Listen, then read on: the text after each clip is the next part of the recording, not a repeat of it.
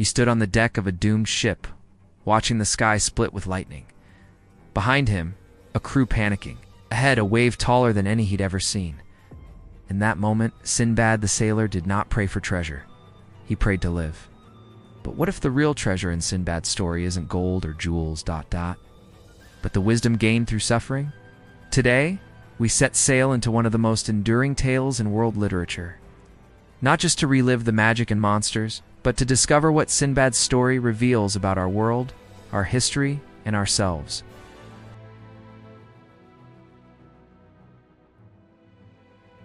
Sinbad was once a young man of comfort in Baghdad, born into wealth but restless. He squandered his inheritance and, like many in the Abbasid era, turned to the sea. His first voyage took him across the Indian Ocean, where he was shipwrecked on what seemed to be a peaceful island. The island wasn't land. It was the back of a sleeping whale. The ship fled, leaving Sinbad behind. The whale submerged, nearly drowning him. Miraculously, he clung to a piece of wood and was eventually rescued by passing merchants. He returned home with pearls and goods material wealth, but also the seed of a lesson. Appearances deceive, and survival requires more than bravery, it demands humility. This tale may sound fantastical, but it echoes a real truth. In the Islamic Golden Age, sailors described massive whales mistaken for islands. But more deeply, the story reminds us that things are not always what they seem, and curiosity, without caution, can nearly cost you everything. The first voyage reflects the recklessness of youth, the urge to explore without truly understanding the dangers. It's a lesson in humility and attentiveness to signs, a theme that recurs throughout Sinbad's life.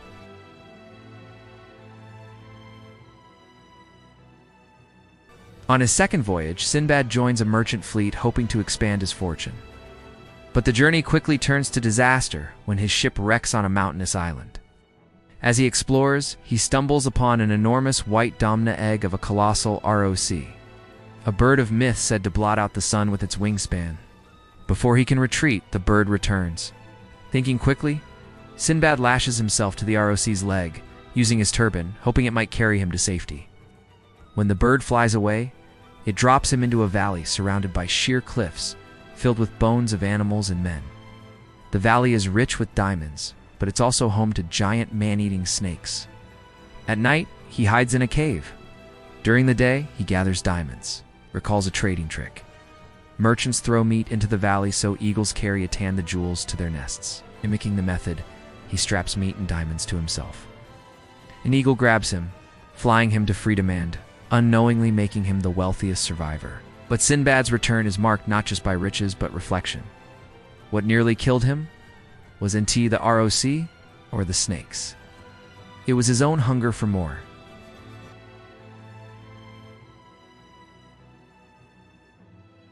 The third voyage begins with renewed optimism, but fate, again, has other plans.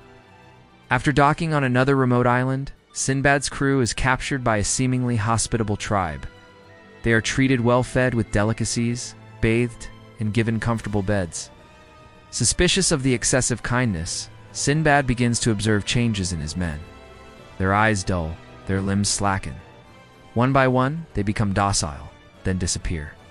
He soon learns the horrifying truth. The tribe are cannibals fattening them for slaughter. Realizing the food is drugged, Sinbad stops eating, feigns madness, and becomes unpalatable to the tribe. Seizing an opportunity, he escapes alone into the jungle, eventually finding refuge in another kingdom. There, his luck seems to turn. He earns favor with the king and becomes a trusted courtier. But even in prosperity, he remains cautious. He arranges safe passage back to Baghdad, where he is received with awe. He brings ivory, spices, and stories many too dark to tell. These voyages, full of terror and transformation, echo a central truth. Desire unchecked can be deadly. Sinbad's wealth often comes at the edge of annihilation. He survives not through power, but perception, through seeing the trap before it springs, and knowing when to abandon pride for survival. They also reflect deeper philosophical questions. What is the cost of ambition? How does one retain one's soul in the face of horror? And what, ultimately, is worth more, riches or the wisdom gained in their pursuit?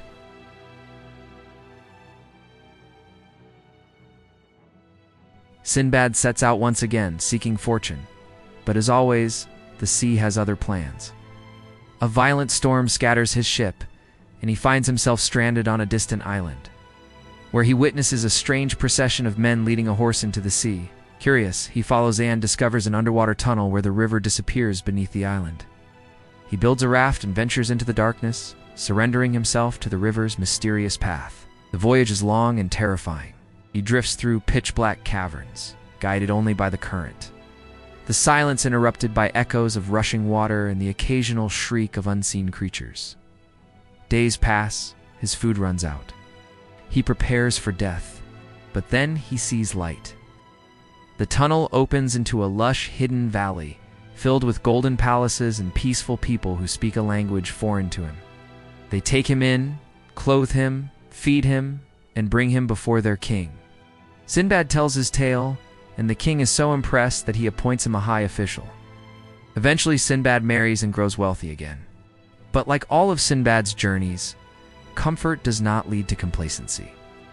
When an opportunity arises to return home, he takes it choosing once more, not wealth, but the chance to tell his story. This voyage becomes one of profound surrender, of control, of ego, of certainty.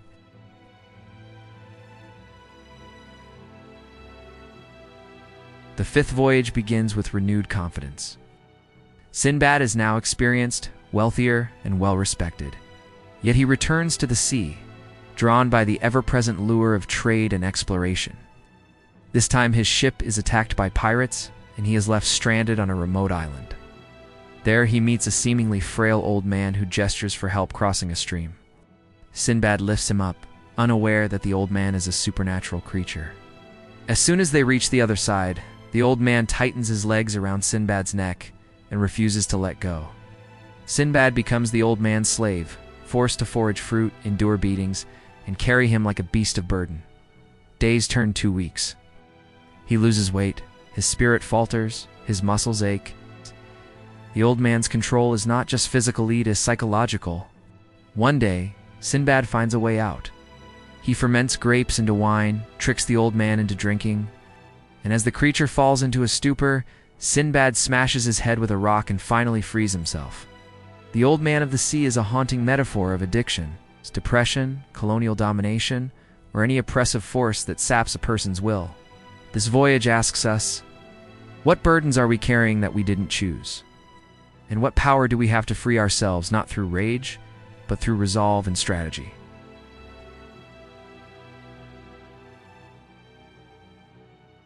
Sinbad, now older but still restless, ventures out again. This time, he joins a mission to retrieve rare gems from a fabled valley. But en route, disaster strikes. A great wave hits the ship and Sinbad finds himself marooned once more. He wanders inland and discovers a desolate valley littered with sparkling stones, the Valley of Diamonds. Yet alongside the beauty are terror and death. Massive serpents slither through the shadows, and no safe route exists to climb out. Sinbad hides by day, using a cave for shelter, and at night he risks his life to gather gems. Calling old tales, he straps meat to himself. The next morning, as hoped, a giant eagle swoops down, grabs the meat-tanned Sinbad along with it. He's lifted to a merchant's camp above the cliffs, who is shocked to find a man among the cargo. This voyage is one of paradox. The most valuable treasures are found in the most dangerous places. But it is not brute force that saves Sinbad. It is intellect, strategy, patience, and memory. Once again, Sinbad returns, home not just richer, but sharper, and with a deeper understanding that sometimes, to escape the valley, one must first lie among the bones.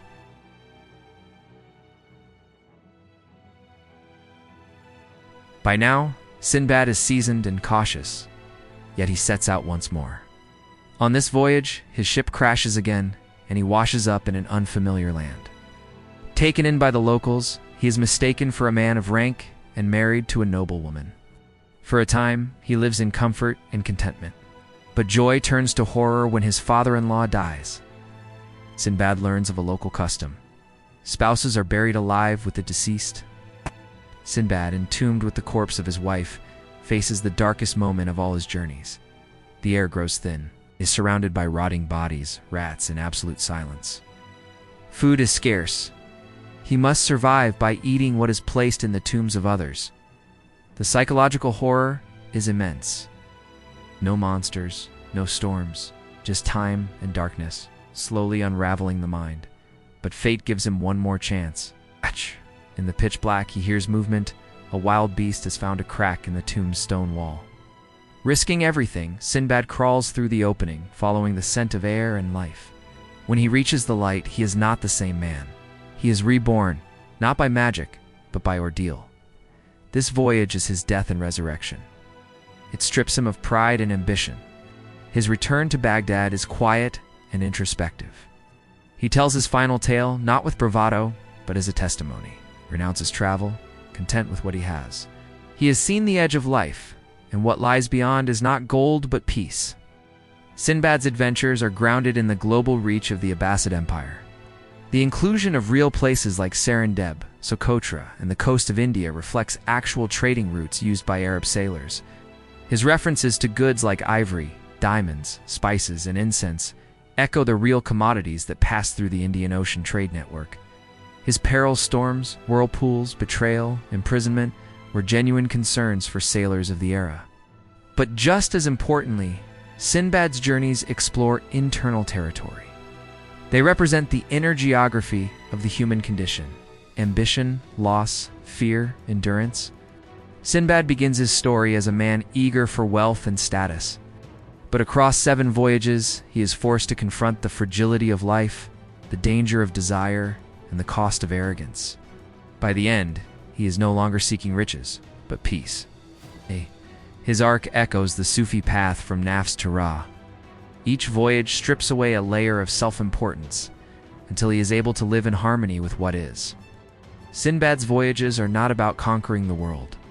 They are about surviving its hand, learning to live with wisdom, not pride. So the next time you hear of Sinbad the Sailor, think not just of monsters and gold, who climbed from a tomb with nothing but will and memory. And remember, Sinbad's story, like all stories in 1001 Nights, was told by Shahrazad with a purpose. She used these tales to buy another day of life. But more than that, she used them to change the heart of a king. Through Sinbad, she offered a mirror journey through fear, greed, wonder, and ultimately redemption. Sinbad is not just a sailor. He is every one of us who has felt lost, burdened, or broken, yet continued on. Thank you for sailing with us. If this story touched you, share it. And remember, the greatest adventures begin not with a map but with a question.